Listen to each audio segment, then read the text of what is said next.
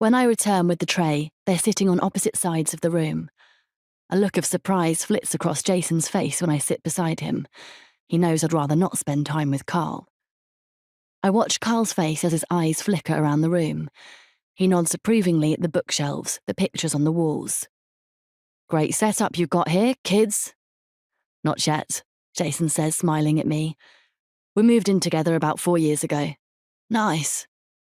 Carl runs his fingers through his damp hair. I needed to get out of that rain. He jumps up, stepping over to the window, where the curtains are half shut. He peers into the darkness for a moment. Yes, still pouring out there? But I get the impression it's not just the weather he's checking. So, Carl. Jason flips the top off his beer and pours it into a glass. What brings you here after all this time? Can't I visit an old friend? Sorry, old friends. He flashes a smile at me. I don't return it. Without a reason. He takes a long draught of beer. Of course, it's good to see you. Jason hesitates. But I am surprised. How long has it been? 9, 10 years? Carl shrugs. He taps his fingers against the beer bottle in time to the music. Yeah, at least that long. But it's a spur-of-the-moment thing. Had a bit of time on my hands, so I thought I'd visit the old stomping ground, call in on some mates, spend a few days at my mum's. You've lost weight, Jason says. It occurs to me that he's not looking well. I wonder what he's been doing to look so run down.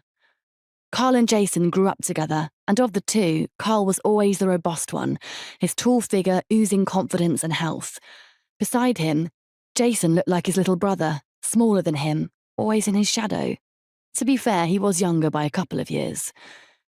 But now Carl looks older than his age, thin, a little hunched, his trousers hanging off him. The skin on his face is grey, his once lush hair dull and greasy. A bit. Too much burning the candle at both ends. Carl grins.